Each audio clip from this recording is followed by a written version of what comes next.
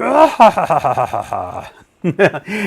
everybody. I bet you weren't expecting to be greeted by Yoda. Hey, it's Monday night. Welcome to a very special edition of the Paris Procopis Show.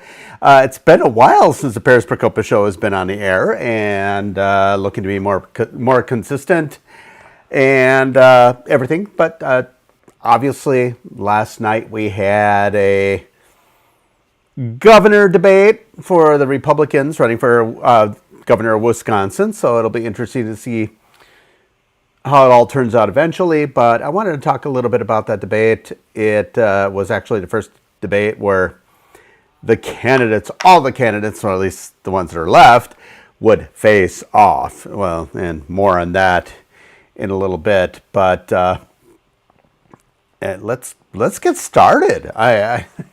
If you have any comments, feel free to leave comments. Let me know you're here, everything like that. Otherwise, you guys will be watching the rebroadcast as you go along. And this will also be on YouTube. Do me a favor. I have been growing my YouTube channel. I've actually gotten to the point where I've had enough views where I literally get my own domain now. It's not YouTube/C/24892MKZD 48928 alpha whatever blah blah blah blah. It is now YouTube/C/Paris Procopis. So, and yes, what a feeling. Toyota. Yes, I have a Toyota. That's right. Benjamin Brenner Gerard's in the house. How you doing, Benjamin? Hope Bell as well. Now you're an old married man. As it were. No, things are going great. He's in law school. I bet it's awesome. I'm glad you're enjoying life. Yes, I know. I saw that. There was someone who thought they were going to win a Toyota, and they literally won a Toyota. So, but context is always important. So anyway, back to last night's debate. It's been interesting. So going into the debate, we basically, on the last poll that we had, the last official nonpartisan poll, I guess, was the Marquette poll, which had Michaels ahead, Kleefisch really close, and Tim Ramthun trailing far behind. They had him at like 3%. Although Tim Ramthun said they didn't even have that option of Tim Ramthun in the question. So that'll be interesting to see how that transpires. So, and I'm going to come out right out of the gates and just say Tim Ramthun last night at the debate was absolutely amazing. The guy was on fire. There's no question about it. If you could declare a clear winner, it was Tim Ramthun. He was succinct. He had a lot of different plans. He even came up with some plans that had not been talked about this election cycle. These are things that have come up in years past. We really like the idea of getting the tuition out of the schools, or getting the school tax out of the property tax. It was important to do that, and I'm kind of glitching out here, so hopefully I'm not glitching out on my feed. But anyway, so he wanted to take the public school funding out of the property tax rolls, and I think that is a huge deal. I think every candidate should embrace it and run with it. In fact, I think every legislative candidate should embrace it and run with it anyway. Force Robin Vos to do it. And who knows, maybe Robin Vos would support this. It's actually a really good idea. There's people like my aunt and uncle. They don't have children. They're in their 70s. And why should they be paying for schools in their property taxes? They're not part of the system and everything like that. So I think that was definitely one of the biggest home runs of the night. But Rebecca Kleefisch did well. Everybody knows I don't support her in the primary. I've not been supporting her. And short of something crazy, I won't vote for her in the primary at all. So But that being said, she did well, answered questions very well. She was succinct in some of her answers and prepared. But she's also a professional at this. People are always saying that, oh no, well, she's only actually debated once. Well, no, she had to be on stage all the time. She's always in the limelight and that type of thing. And she, even before she got into politics, she was a newscaster, for crying out loud. So she's definitely used to this, and I think it's very important. So, I hope it doesn't stay glitchy. Stephanie's saying it's glitchy. I hope not. I'm simulcasting to all these different places all at once. So, and I might have to, hopefully I don't have to end the broadcast early. So anyway, I'm going to keep talking. But anyway, so Becky was prepared. Naturally, and this is her second debate this cycle, so she worked out the kinks the last time. The last debate, she was very much in her, or seeking refuge in the comfort zone of her talking points. And then on to Tim Michels. Tim Michels, he's not a professional politician, and I think overall he was able to hold his own. But he had some rough moments there. He had a rough start, really focused on his talking points, went back to the comfort of his talking points. But that's just the nature of being not being a professional politician. And it's because he's not a professional politician, he kind of struggled on some answers and everything else. But overall, he didn't do anything to knock himself down. And that's where that's why I am just saying that it was a much more, how would you say it? Nobody did anything to move the needle. Maybe Tim Ramthun a little bit, but Tim Ramthun went a long way where he was able to basically say that he was able to give himself credibility, gravitas, because he was in such command of the issues. Unfortunately, I think it might be a little too late for him. I'm not saying this to be mean to him. I think he's a great guy, great candidate. I would have no problem voting for him. My only struggle with him is he is a solid conservative. I mean, he's far right. Not in a bad context. He's not like extreme right, but he's definitely very, very religious. He's very in tune to conservative issues. He knows it. He believes it. He's not an apologist for supporting the fact that there was a problem with the 2020 election. Whether you want to say it's rigged or whatever, and he's talking about decertification. He's not talking about reinstalling Trump, but he's talking about pulling back electors. And there's only, and he never said that this was his goal. There's only one way President Trump gets back into the White House, and that's if he runs in 2024, wins the nomination, wins against a Democrat, and then he becomes president. There is no other way.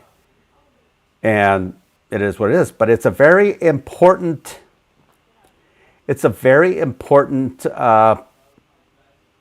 thing to point out, that we still have to look into what happened.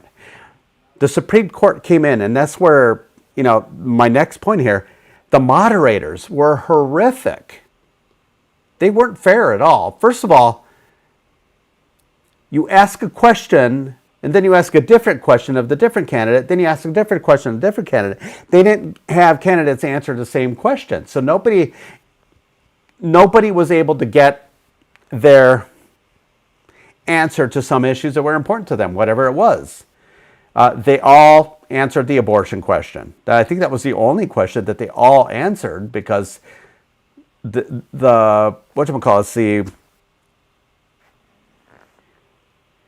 moderators would not let them answer any other questions together. It's like the DACA question that's getting all this play, which I think most people have forgotten about it by now. If there was a question on it, DACA. DACA has not been a political issue in Wisconsin for a bit. Yes, it's out there, I get it, but it hasn't been on the forefront.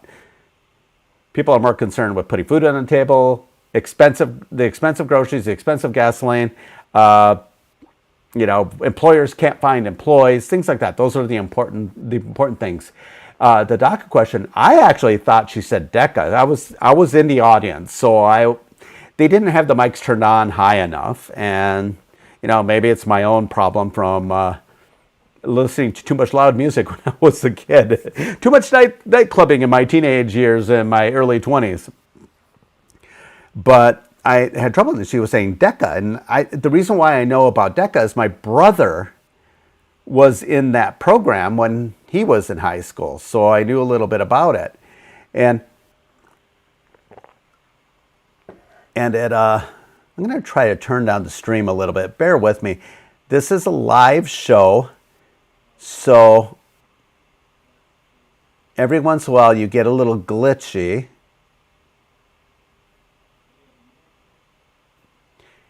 And hopefully that'll fix it. I don't know if it'll fix it, but we'll find out. But anyway, my brother was in that program, so it created a perception in my mind that that's what they were talking about. And I was kind of unsure, and then it kind of dawned on me, oh, maybe they are talking about the dreamers, the dreamer kids, and that type of thing. And I think ultimately that's what they were talking about. Michael struggled with that answer a little bit, but he struggled with it a lot. But part of it was there was no context to the question. Do you support it for DACA? They were talking about vocational education. Do you support it for DACA kids? And there's never been anything proposed about DACA kids or anything like that in recent times. And it's actually a federal program. It doesn't have a lot to do with the state government. So, once again, a non-issue. But there were all these woke situations that the moderators were trying to do. And then they asked the big question about the election decertification of the 2020 election. Tim Ranthon, of course, is all over this, and that's his big issue. He definitely supports it. He stated it eloquently. He believes it. And he did very well. And then all of a sudden, the guy moderator, I don't remember their names, and it doesn't matter. They don't deserve to have their names mentioned because they were horrible. He said straight out, well, the Supreme Court didn't say there were false. They said ballot boxes weren't legal, but they didn't say any of those votes were illegal. By definition, they're illegal. But I agree, there's no way we can go back into the boxes and find out, well, these 15 are illegal, this one's a good one, these 20 are illegal, that's a good one. We can't go through, do it. Once the votes have been cast, it's too late. But it doesn't mean we shouldn't go back to the 2020 election, find out who broke those laws, and prosecute. And yes, they should go to jail. There should be jail time, and it should be substantial. It is so important. I'm going to actually back off of the video background. Let's go still. There we go. How's that? My blurry background. How you love it? Do I look good? I'll do my blue steel. That's my Zoolander pose. That's for my friend Chrissy, who's out there watching right now. So Stephanie, let me know if it's better on your iPad or better on your iPhone. So I don't know. Yeah, I'm going to do what I can. The show must go on. But the election question, where they went in there and they're giving commentary. They're moderators. They're supposed to be asking questions of the candidates. And they weren't doing that. And then, of course, they try to trap Rebecca on, stillbirth versus abortion and all that stuff. And Rebecca did knock that one out of the park. I'll call it like I see it. She did very well with that answer. But when it comes to abortion, there's really almost zero difference between all three candidates. They're all strongly pro-life. It's not an issue in a primary. Where it would be an issue to discuss, it would be in a general election. And And then they're asking all these woke questions like equity and inclusion and all that crap at a Republican debate. Yes, I gave you...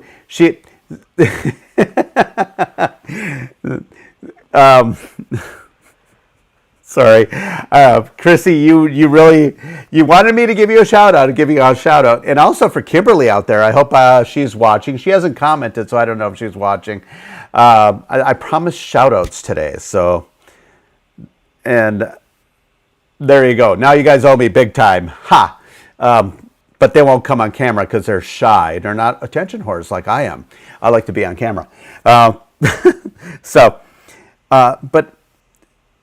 each candidate had their moments. There's a moment of controversy. My friends at the Wisconsin Conservative Digest, when I say friends, obviously Bob Donnell is the founder and runs the Conservative Digest. I used to be the editor of the website. I'm not doing that much anymore because I'm pursuing my own ventures. And I'll talk about that a little bit later in the show. But they posted out there a photograph of Rebecca Kleefisch not shaking Tim Michels' hand. And it was very petty. Unfortunately, what I think that photo is actually from later in the night at the end. And there was a point where Tim Michels went to Rebecca Kleefisch to shake her hand. She didn't take it. Then he went back again to shake her hand, and then she finally took it apprehensively. You could see it in her. You could tell she didn't want to. And it's very petty because here's this guy who's donated tens of thousands of dollars to your campaign, and now suddenly he's in it for himself. But there was a point where she literally did not shake his hand, and that was at the very beginning when they came out on stage. Rebecca Kleefisch was on the far left, Rampton is on the far right, and of course Michels was in the center. Pardon me. Whew. Sneezed. Bless me. I may need a good business lawyer. Benjamin, I actually need a very good defamation of character attorney because I have some people I might be taking to court. But anyway,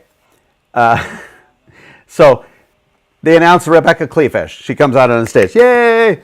They announced Tim Michels. He comes out on the stage. Yay! They go to the podium. They announce Tim Ramthun. He comes out on stage. And he immediately goes over. Tim Michels shakes his hand. Goes over to Becky, shakes her hand. And Tim Michels reached over to shake her hand. She turns away from him. She saw it. I know she saw it. I wish I was recording the video at that time. This was also before the live feed on Channel 4. So these people who are saying it didn't happen, she did actually shake his hand, it's a bunch of nothing. Yes, it did happen. Those of us who were at the event, at the debate, physically on premises, saw it. And you Rebecca people also saw it. Yeah, it was a snub. It was childish. It's bad. It was really bad. I'm sorry. You guys are opponents. You're not enemies. You're on the same side after all. But the problem is it's this inevitability factor. I'll get on my high horse. Because Becky was supposed to be the inevitable one who who wasn't supposed to be challenged. It's kind of like when Fitzgerald ran for U.S. Congress, everybody cleared the field for him except for one candidate, Cliff DeTemple. He stayed in, and he wasn't supposed to. But too bad, he stayed in. No one should go unchallenged. And then what's the biggest thing that people started mentioning today as I was starting to read about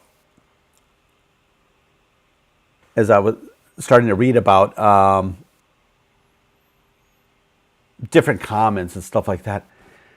Oh my God, Tim Ramthun was sweating. He had sweat on his brow. Oh my God, how awful. Oh my God. It was hot in there, and I'm sure it was even hotter under the spotlights. And I'm sure he was nervous. He's not used to public speaking like this. He has not been in the political realm. People say, well, he should know better. He's a politician. 18 years ago. I'd say he's a little bit out of practice. So,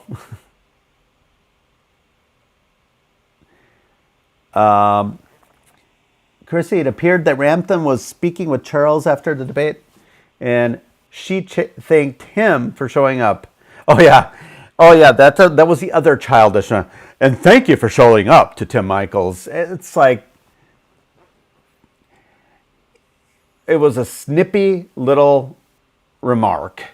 Once again, childish. You know, there were going to be debates the whole time. They made the decision, his campaign made the decision to not attend that debate.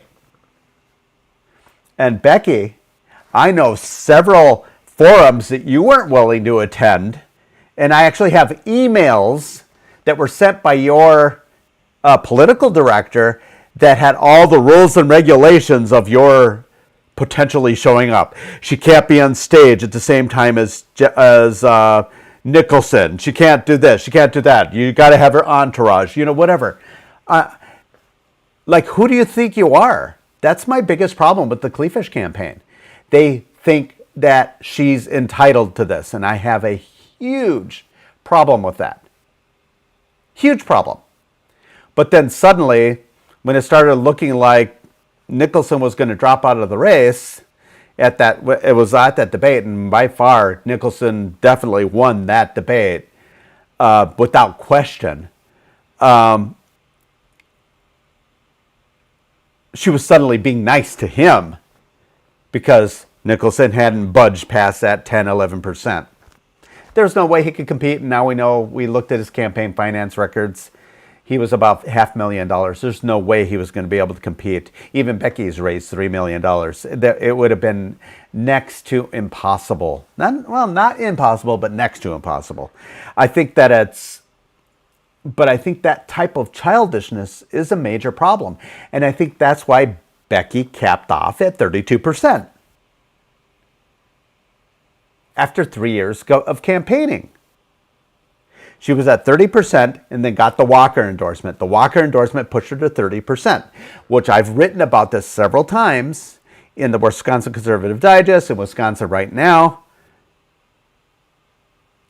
There's a problem when you've been campaigning for a long time and you're only at 30%. She should have easily had sealed the deal. There should be no question about it. And that's where, that's where I have a problem.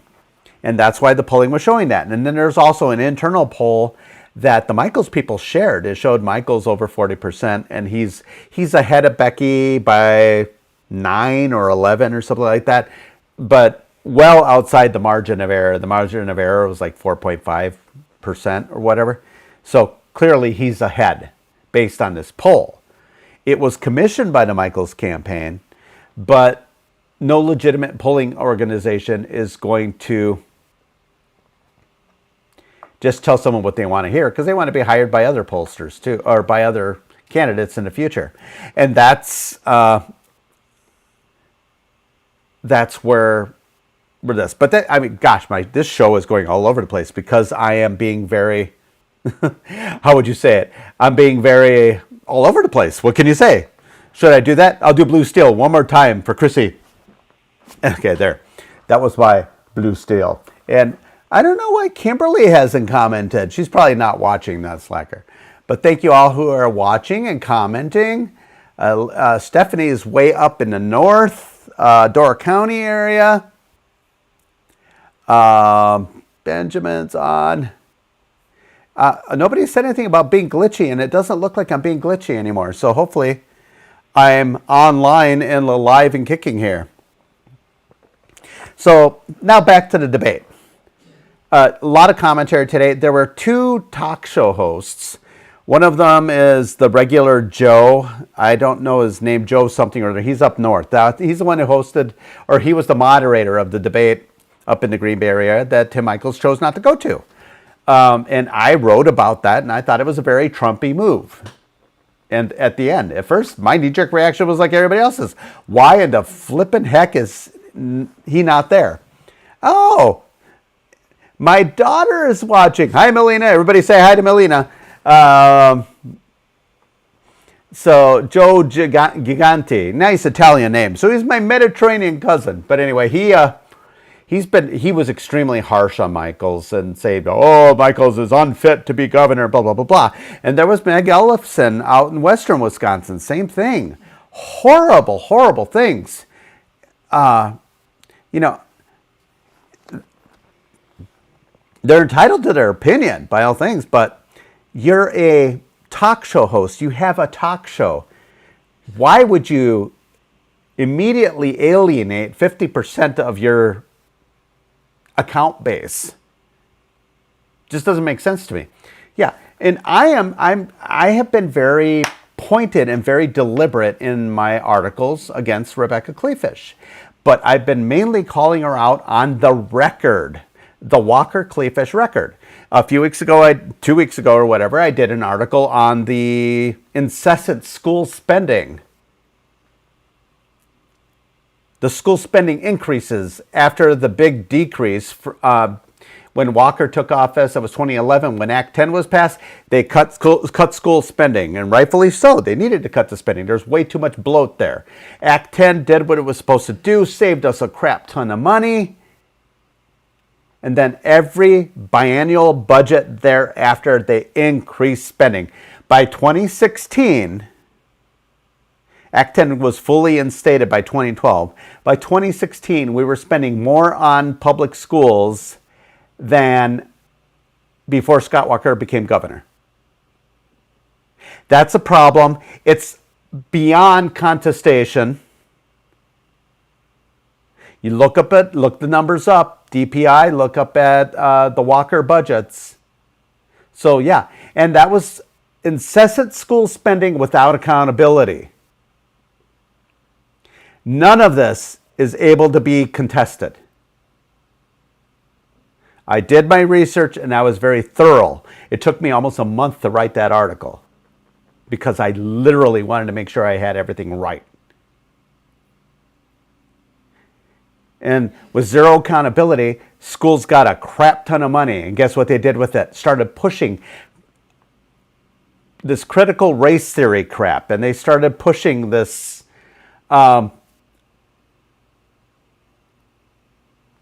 inclusion and intersectionality and diversity. It's like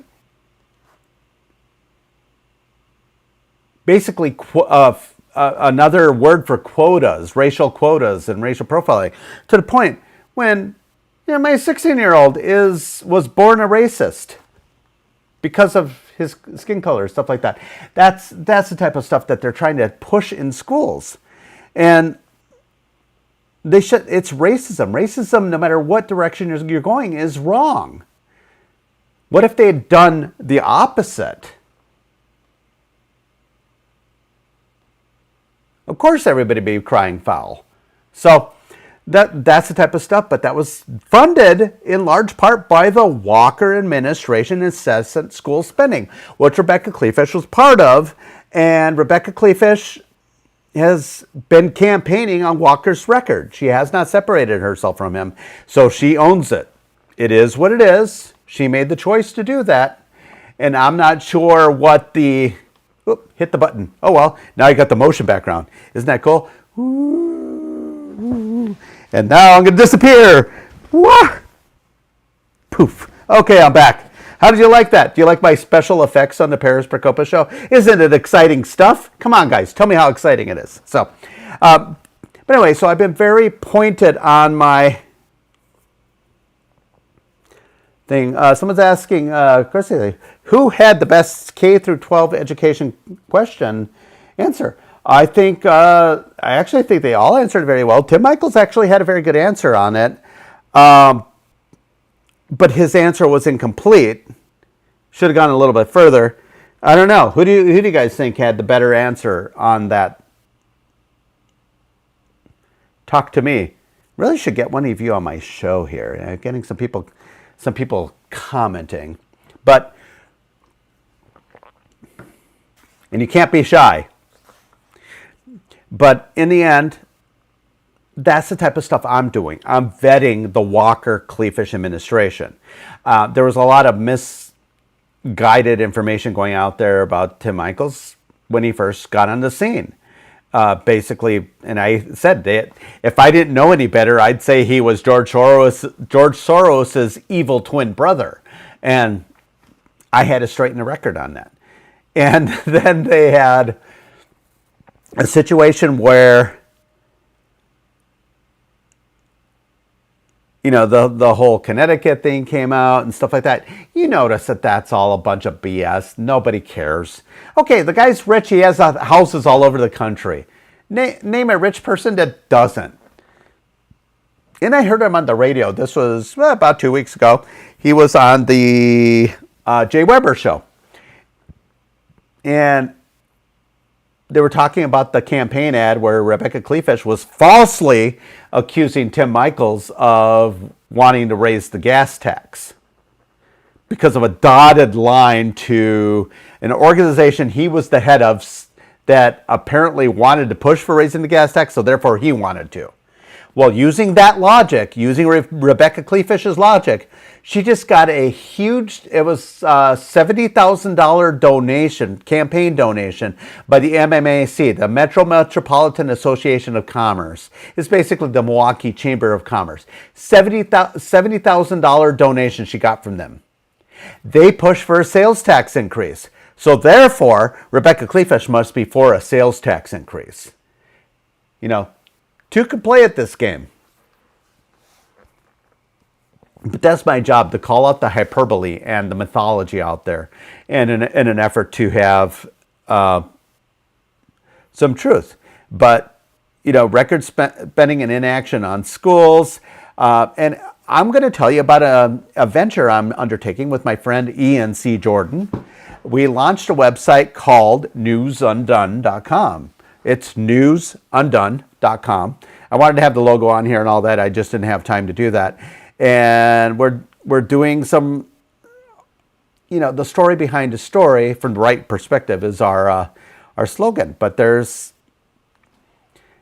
some articles we brought out there. One of my vetting of the Walker administration, Scott Walker did a commercial talking about we champion right to work and Tim Michels was against right to work. Once again, false. Tim Michels was never against right to work. He never proposed it.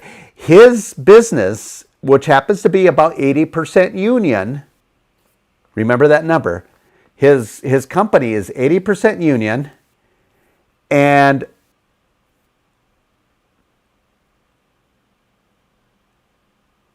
his company does not require union membership.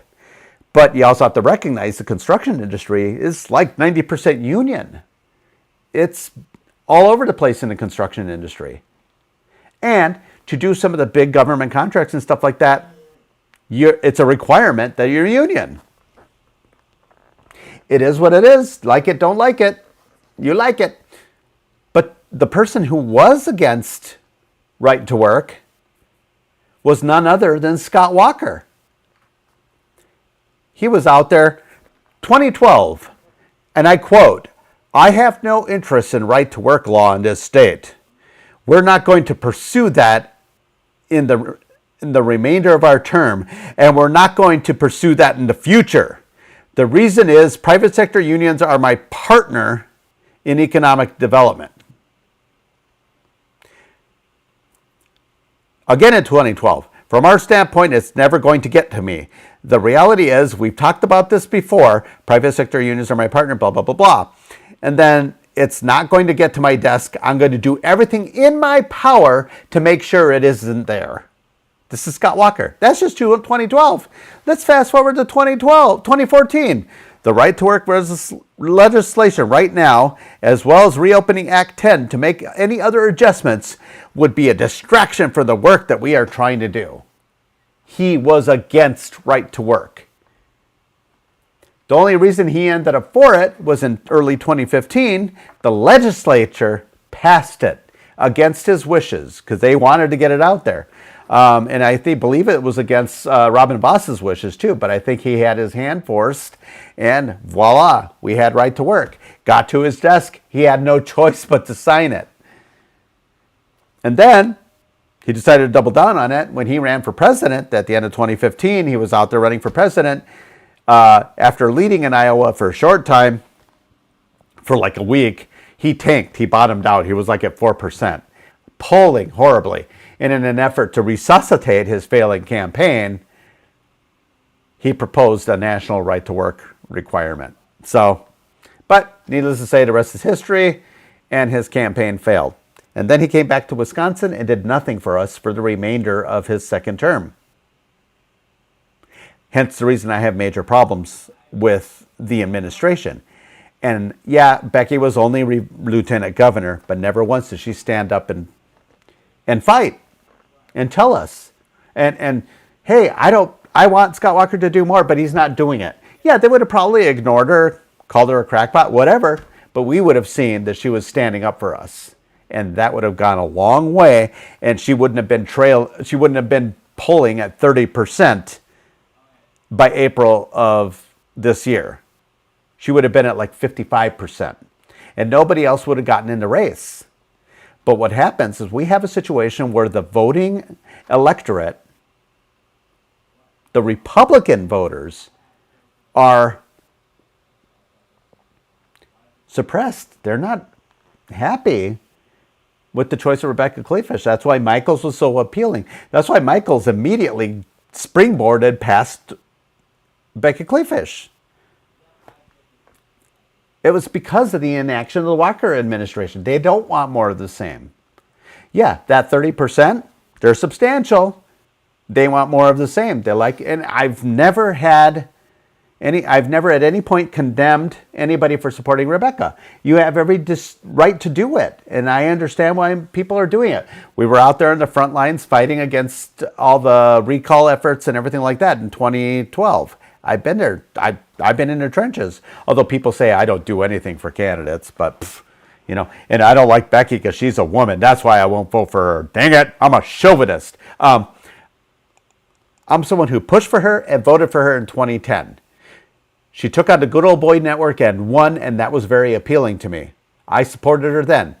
I supported her during her recall election, which, mind you, was literally the only time she and Scott Walker were able to surpass the vote total that Tim Michaels got in 2004 when he ran against Russ Feingold. Yeah, he ultimately lost that race, but he got more votes than any Republican candidate in history. And he held that record until 2012 when Tommy Thompson broke it when he ran for Senate. Before that, Tim Michaels held that record. And Walker and Kleefisch never beat that number except for the recall year. And the recall year, can be argued, was an anomaly because a lot of Democrats voted in that election because they did not agree with the recall. So, put that in your pipe and smoke it. Ha! I laugh on you. But anyway, go to newsundone.com. Check it out. Many articles on there. Ian C. Jordan's contributed. Matt Sama wrote a great article on, basically forget the gas tax. Let's repeal the income tax. And I'm going to give credit again. Rebecca Kleefisch proposed reducing the income tax in half and then eliminating it altogether. I think it's a great idea. I don't understand why it never saw the light of day in 2011 through 2018. Maybe she had the idea, but they never wanted to do it. But once again, hey, we should push for eliminating the income tax. Because after 8 years of solid Republican rule, Walker, Kleefisch, Robin Voss, and Fitzgerald, and then the other Fitzgerald for a short time, 8 solid years, we still have a 7% income tax in this state.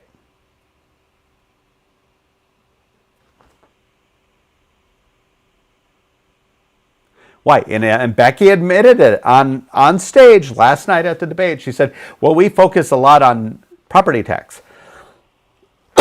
Excuse me. Uh-oh, COVID. Ah! Yoda, am I getting COVID? The Force and its wisdom are all around us. Well, well, he says a lot of fun stuff. Okay, but other, we're talking about, and I think that Tim Michaels has an appeal, but I guarantee that nobody changed their mind last night because of the debate. I think everybody gained a new respect for Tim Ramthun. I definitely did. I like the guy. I think I would be happy to vote for him. He's got some cojones. But people who were supporting Michaels before the debate are supporting Michaels after the debate. People who were supporting Kleefisch before the debate are supporting Kleefisch after the debate. And people who were supporting Ramthun before the debate are supporting Ramthun after the debate. It is what it is. Nobody moved the needle substantially enough. Maybe Becky gains a point or two. Michaels probably gained a few people. He had some decent answers last night too. It wasn't all, hemming and hawing. I would rate his performance about a B. Becky, I would rate her about an A-. She did well because she's experienced at doing this. Maybe a B+. A couple of answers where she kind of, I'll give her a B+. Why? Because first of all, she lied about Planned Parenthood funding. It was not fully defunded. There was still the national funding that was still coming into the state. And they didn't do anything to block that. So you cannot lie and say that you didn't do it. And the other one is she talked about some statistics about the number of school board races that we won on election night in the spring elections. The spring elections. Oh, Yoda keeps talking. The spring elections saw a major, especially in Waukesha County, we had something like 130 candidates that were vetted and pushed by this WIS-RED initiative, and we won about 88 of those races. It was a huge victory that night. And the WIS-RED initiative was something that basically Rebecca took credit for last night. And that's completely wrong. And she also took credit for all the hard work that these moms and some dads did at winning those races. Yes, she supported them. I'm glad she did. But she's supporting people who were forced to get into the fight because she didn't fight when she had power to do something about it a couple years prior. That's the ironic part about all this. It would not have been an issue had the Walker-Kleefisch administration done their job. Oh, but we want schools and teachers to like us, so we're just going to give them more money. Oh, yes, just to stop it. It's like, there were so many missed opportunities in the Walker administration. Yes, it wasn't all bad. There was a lot of good in there. We did get property tax reductions. We did deal a severe blow to the public employee unions and stuff like that. So I'm not going to say it was all bad. And I voted for Walker every single time. There was no alternative. I did vote for Walker in his 2010 primary. I voted for Newman. But, I'm an adult. My guy didn't win the primary. What did I do? I voted for the winner of the primary. Funny how that works. And I'm telling you right now, out of all the people I've talked to, and I talk with a lot of people, the only ones who have said they're not going to vote for the winner, if it's not Rebecca, they're not voting. It's several Rebecca supporters who have said they will not vote for Tim Michaels. They said it straight out. one person in particular who thinks she is all-knowing about politics, even though she doesn't know crap about Wisconsin politics, because all she does is watch Facebook and watch TV. No, you got to be in the thick of it, in the back of it, and see what's going on. But anyway, her answer was, well, no, if Rebecca loses, I'm going to let Rome burn. I don't care. She really hated Kevin Nicholson. It's like, oh, called him a fake Marine and stuff like that. I mean, it's with Republicans like that, who needs Democrats? But anyway, saying she's not going to vote. So these people are going to enable Tony Evers for another 4 years. Absolutely the wrong thing to do. But they're principled. They got their principles. And I wrote about this too, before Tim Michels was even thought of in the race, because I talked about this. This is likely going to happen. Where I said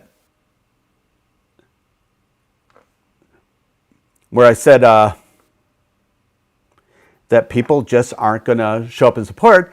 They're going to have their principles because they're principled. I'm so principled. So, but I said basically, yeah, your principles don't mean crap if you allow 4 more years of Tony Evers.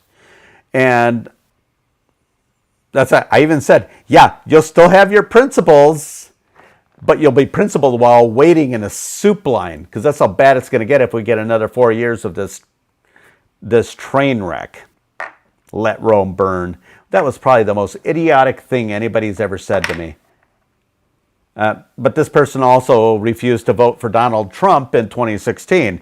Voted for the Virginia governor or whatever, the outlier East Coast candidate, because they wanted to make a statement because Trump was not the perfect conservative, and almost enabled Hillary Clinton.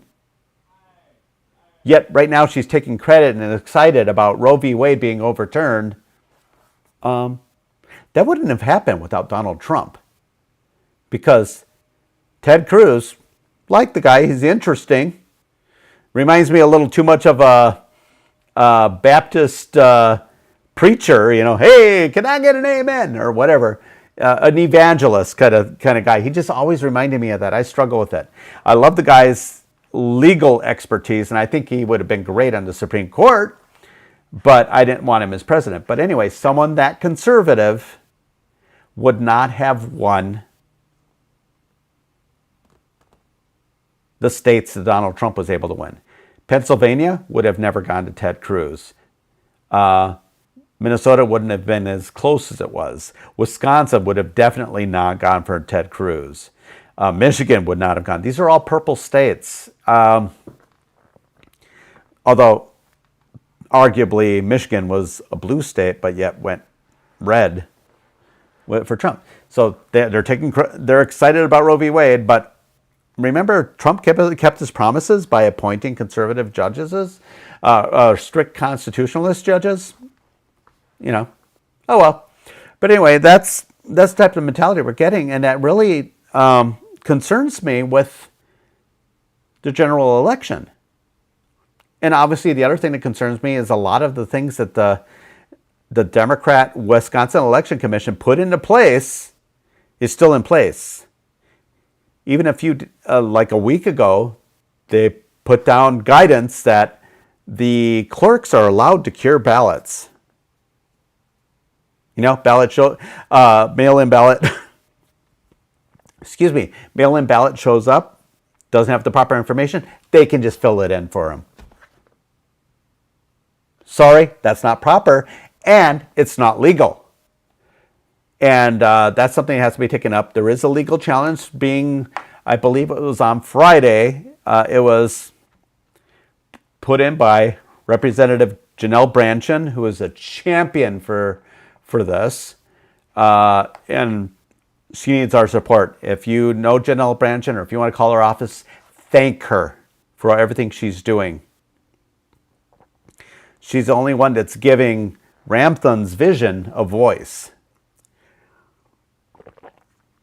But of course, they're trying to paint her as a kook or a crackpot. the cancel culture, the Republican cancel culture is canceling a fellow Republican. But that's what you get. I'm getting a lot of that. I have been vilified, and people have attempted to destroy me publicly because I won't support Rebecca Kleefisch. I'm being canceled of sorts because I didn't support the chosen one. And I've been pretty pointed and honest. So, but anyway, long story short about the debate last night, did not move the needle. Tim Ramthun, biggest winner. The moderators, the biggest losers. The moderators were stacking the deck against all three candidates. They really were. And this format was horrible. And then, honestly, the other losers in this were the Republican people, the rank and file, the people that wanted to watch a debate. And we didn't get a debate. It was a candidate forum. There was no discourse. Rebecca Kleefisch pulled first blood. She went straight in for the negative ads because she saw her campaign was tanking. That's newsworthy. Hey, let's have a little matchup here. Find out what Tim Michaels thinks of it. And then maybe Tim Michaels says something about Becky. Let's see what she thinks of it. And Ramthun, let's get everybody into it. But there was none of that. Now, as far as closing statements go, and I'm going to put them on News Undone. I'm going to put all three closing statements. I actually think Tim Michaels had the strongest closing statement. And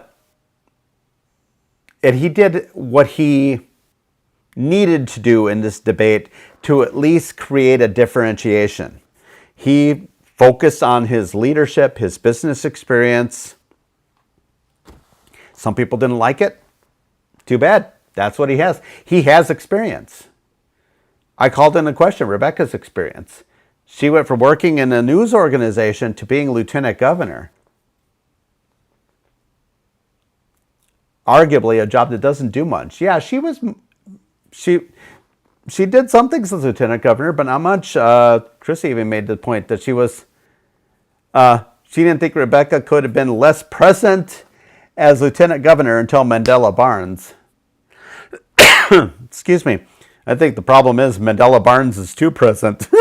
Anyway, and he might actually become the nominee for he might win the primary for U.S. Senate on the Democrat side. I kid you not. So I did post on Facebook. If you're a Facebook friend of mine, I did get a text message tonight from, it says, "Hi there, I'm David, volunteering with Sarah Godlewski, U.S. Senate campaign. The Democrat primary election is on August 9th. Can Sarah count on your vote?" So I put on there, I'm looking for the best ideas on how I should respond to this text message. I want the most creative idea. So far, I've seen a couple of really nice ones. Really fun ones. So, but definitely check out News Undone. Make sure to go to the Facebook page and like it. Make sure to go to Twitter. Follow us on Twitter. Make sure to go on... I'll have it all over the place. I haven't built a YouTube channel for it yet. I'm just going to use my own YouTube channel because I got so much coverage right now. Excuse me. It's a little dry in my house right now, so there's that. But check out there. And if you feel like writing articles, I would love to see what you have, and we'll put them on there if you're looking for an outlet. This is not a 501c3, and that's my only difficulty with Wisconsin Conservative Digest being a 501c3. I'm limited as to certain things I can say. Excuse me, but I can't endorse any candidates or anything like that, or endorse a policy because of the 501c3 status. It's an educational forum and that kind of thing. And I will still be involved with it, but News Undone is a whole different animal. And we're going to have a lot of video on there. My videos, this show will show up on there for sure. And It's it's actually already up there. What a cool concept. But thank you guys for watching tonight. I really enjoy doing these shows. I will be more consistent as we go along. What do you think of my new background, my rotating world? Is it distracting or is it kind of cool? Or was it inspired by LSD? Woo! But seriously, guys, thank you so much for watching. And those of you who watch later, leave your feedback. Let me know you were been there. I always get notifications that hundreds of people view my videos, but it'd be nice to get some comments. If you think I'm full of crap, say that too. I'm a big boy, but no personal attacks. I've not attacked anyone personally. Whether it's Rebecca Kleefisch herself, I've attacked her policies, and I've questioned her credibility on a lot of things. But I have never attacked her personally. Never make fun of her looks. I never make fun of her. Some crackpot out there put out a photograph of her daughter, like in a dress of some sort, prom dress or something like that. I will absolutely report those things. So kids are off limits. I know nobody's going to go after Rampton's kids. No one's going to go after Michaels' kids. No one's going to go after Kleefisch's kids. Kids are off limits.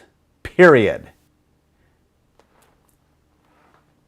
I won't go after any politicians' kids, even if they're Democrats. And then pay attention to the news. There was one of the high-ranking Democrat state senators had an accident, and it looks like she may be at fault, although the facts are not out. It doesn't look like there was anything nefarious. It's a tragic accident.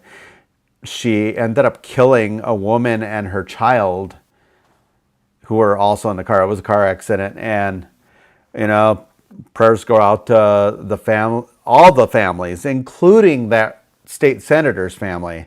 I mean, this is not good. I don't think she intended. I don't care that she's a Democrat. I highly doubt she intended this to happen. Nobody would have done this. So I hope, I couldn't imagine what that family's going through. I think the young lady and her child were visiting from out of state. So anyway, so keep that in mind. So remember, newsundone.com. Obviously, you can catch my stuff on parisprocopis.com, although I'll probably be pointing that to News Undone. I really want to build News Undone. We've gotten some great feedback already. My last article in 72 hours got well over 8,000 views. Yeah, those of you who say, you're going to not share my articles because you don't want me to get any clicks. Too bad, so sad, bye-bye. Okay. You get people that, just because I have a different opinion, and they're not mad that I have a different opinion, they're mad I don't have their opinion. So, I don't care. Comes with the territory.